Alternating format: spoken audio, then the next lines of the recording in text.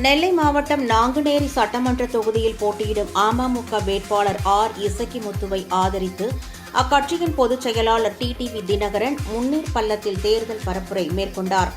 அப்போது பேசிய அவர், கடந்த தேர்தலில் நாங்குநேரி தொகுதியில் குக்கர் சின்னத்தில் போட்டியிட்டு 32,000 வாக்குகளை பெற்று மூன்றாவது கட்சியாக அமமுகவை மக்கள் ஏற்றுக்கொண்ட நிலையில் தற்போது அம்மாவின் பிள்ளைகளாக அதிமுக, அமமுக என ஓரணியில் இணைந்து இந்த தேர்தலை சந்திப்பதாக தெரிவித்தார்.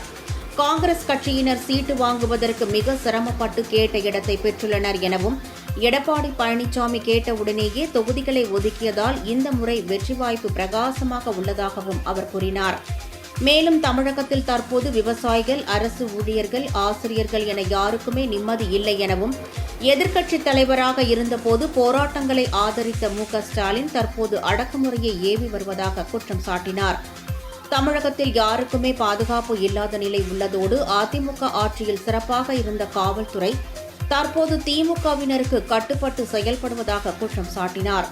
கடலை மிட்டாய் போல் எங்கும் கஞ்சா கிடைக்கிறது எனவும், இதனால் தங்கள் வீட்டு பிள்ளைகள் போதைக்கு அடிமையாகி விடுவார்களோ என்ற அச்சம் மக்களிடையே உள்ளதாகவும் அவர் குறிப்பிட்டார். அம்மா உணவகம் போன்ற மக்கள் நலத்திட்டங்கள் முடக்கப்பட்டுள்ளது எனவும், மின் கட்டண உயர்வால் தொழிற்சாலைகள் மூடப்பட்டு இளைஞர்கள் வேலைவாய்ப்பின்றி கூலிப்படையில் சேரும் அவலம் உள்ளதாகவும் அவர் சாடினார். அதிமுக ஆட்சி அமைந்ததும் தமிழகத்தில் கஞ்சா இல்லாத நிலையை உருவாக்குவோம் எனவும், ஊழல் பணம்தான் அனைத்தும் கருவூலத்திற்கு கொண்டுவரப்படும் எனவும் டிடிவி தினகரன் தெரிவித்தார். அன்றைக்கு சுகாதாரத்துறை அமைச்சர் மா. சுப்பிரமணியன் சொல்றார், தமிழ்நாட்டில் கஞ்சாவே ஒழிச்சிட்டோம், கஞ்சாவே யாரும் பயிர்றது இல்லை, ஜீரோண்டார். அடுத்த நாளே தொலைக்காட்சிகள்ல நம்ம மெட்ராஸ்ல ஸ்டான்லி மருத்துவமனையில 3 அடிக்கு கஞ்சா செடி வளர்ந்திருக்கிறத படம் பிடிச்சு போடுறாங்க. அதுபோல கண்ணகி நகர்னு சென்னையில ஒரு பகுதி இருக்கு, அங்க ஒரு பெண்மணி கைது செய்யப்படுகிறார். அவர் கஞ்சா வியாபாரி. யாருன்னு பார்த்தா அடுத்த நாள் தொலைக்காட்சியில மா. சுப்பிரமணியத்தோட போட்டோ எடுத்துட்டு இருக்கார்.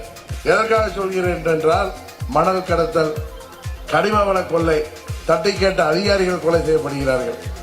சமூக ஆர்வலர்கள், திருநெல்வேலியில ஒரு காவல்துறை முன்னாள் அதிகாரி கொலை செய்யப்பட்டது உங்களுக்கு தெரியும். தமிழ்நாடு முழுவதும்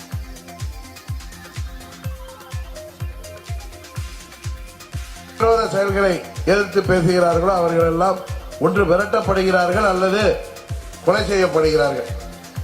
இன்னும் சொல்ல போனால், இன்றைக்கு அதிகாரிகள் மணல் கடத்தலை தடுப்பவர்கள் கொலை செய்யப்படுகிறார்கள். இந்த ஆட்சியில யாருக்குமே நிம்மதி இல்லை என்பதுதான் உண்மை.